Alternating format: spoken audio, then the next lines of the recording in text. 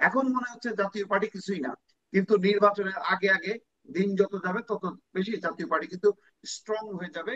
কারণ সে একটা নেপথ্যের সাপোর্ট পাবে আওয়ামী লীগ সমর্থকদের কাছ হুম। থেকে, যেহেতু আওয়ামী লীগের নির্বাচন করার সম্ভাবনা অনেক কম।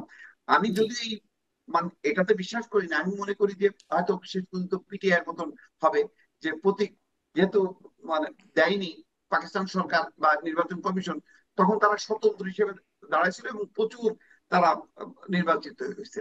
হয়তো আওয়ামী লীগ ওই লাইনে যাবে, কিন্তু তারপর একটা শঙ্কা যে আমি কোনোভাবেই রিস্ক নেব না, এই কারণে জাতীয় পার্টিকে আহ, একেবারে নিষিদ্ধ করে আমি আমার অবস্থানটাকে নিরঙ্কুশ করার হয়তো একটা পরিকল্পনা থাকতে জি। পারে, আমি এইভাবে আমি দেখছি। এখানে একটু আনিস আলমগীর আপনার ব্যাখ্যা বা আপনার বিশ্লেষণও জানতে চাই। এই আসলেই তো জাতীয় পার্টি এমন কোনো কর্মসূচি দিচ্ছে না, তাদেরকে এমন রাস্তায় দেখা যাচ্ছে না, তাদের কোনো খবর নাই, খবর হচ্ছে তাদের অফিসে হামলা।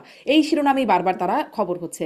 এবং জাহাঙ্গীর কবির নানকের সাথে সাবেক প্রধানমন্ত্রী শেখ হাসিনার একটা ফোনালাপ যেটি পরবর্তীতে ফাঁস হয়েছে, সেটি 5ই আগস্টের আগে। সেখানে শেখ হাসিনা জাতীয় পার্টিকে বলছে জিন্দা লাশ, মানে যাদের দোসর হিসেবে ট্যাগ দেওয়া হচ্ছে, স্বৈরাচারের দোসর হিসেবে ট্যাগ দেওয়া হচ্ছে, তারাই তাদেরকে জিন্দা লাশ বলছে। সেই জিন্দা লাশ যারা এখন আরো কর্মসূচিবিহীন, তাদের আরো কোনো, মানে আগে তখন তো সংসদে দু একজন এমপি ছিল, এখন তাও নাই। এই অবস্থায় একটা দলের পেছনে আপনার কি বিশ্লেষণ, কেন এই জিন্দা লাশের পেছনে এভাবে একদম মানে কোমর বেঁধে নামা? একটাই কারণ, সংসদে বিরোধী দলীয় নেতা কে হবে, বিরোধী দলে কে বসবে।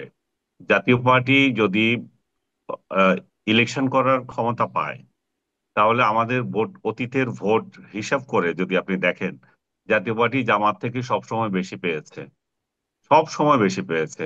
তারা হুম। 35 সিট, 32 সিট, 16 সিট, ইভেন খুবই ফালতু ইলেকশন যেটা হলো সেখানেও 10-12টা সিট পেয়েছে।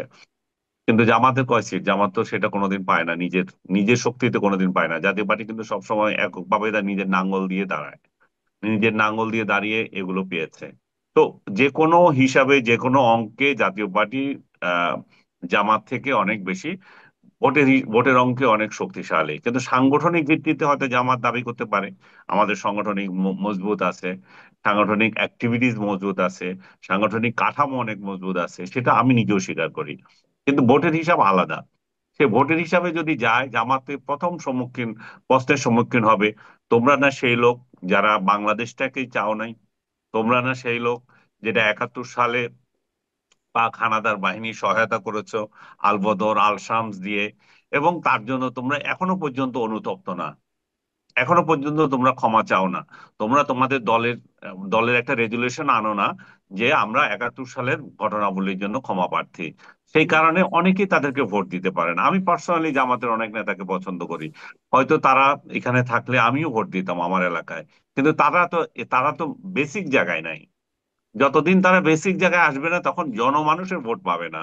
আমার মতো যারা ভালো প্রার্থী দেখে ভোট দেব, যারা দলের কোনো গোলাম দেখে আমার কোনো বিষয় না, তারা কিন্তু তাদেরকে ভোট দেবে না। তো তারা এই জায়গায় মার খেয়ে যাচ্ছে। তো এই মায়ের খাওয়াতে তারা ভেবেছিল যে আচ্ছা ঠিক আছে, আমরা এনসিপি, তারপরে চরমোনাইয়ের দল, আর আরো খুচরা যারা আছে সবগুলোকে নিয়ে, এবি পার্টি নিয়ে আমরা একটা আলাদা জোট করতে পারি। যদিও এবি পার্টি বোধহয় বলছে যে আমরা যাব না। তো সব যদি জোট করে, তাহলে তাদের হয়তো কিছু ভোটের, মানে একটা আওয়াজ তোলার সম্ভাবনা আছে। ভোট কতটুকু পাবে সেটা না, একটা আওয়াজ হবে। এই আওয়াজ দিয়ে হয়তো তারা এমন একটা পরিস্থিতি তৈরি করতে পারে, যদি এই আওয়াজকে সেনাবাহিনী গণ্য করে, সরকার গণ্য করে, তাহলে হয়তো তখন তারা সেকেন্ড পার্টি হইতে পারে।